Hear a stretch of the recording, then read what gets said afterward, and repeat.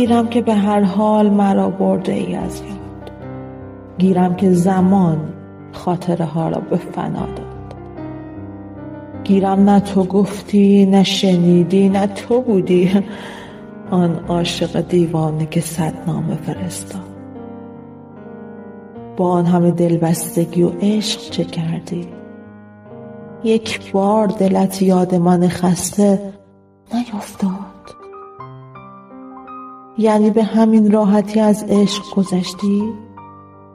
یک ذره دلت تنگ نشد خانه‌ات آباد؟ این بود جواب من دلخسته عاشق، شیرین رقیبان شده ای از لج فرهاد. باشد گله‌ای نیست، خدا پشت و پناهت، احوال خود از خوب، دمت گرم، دلت شاد.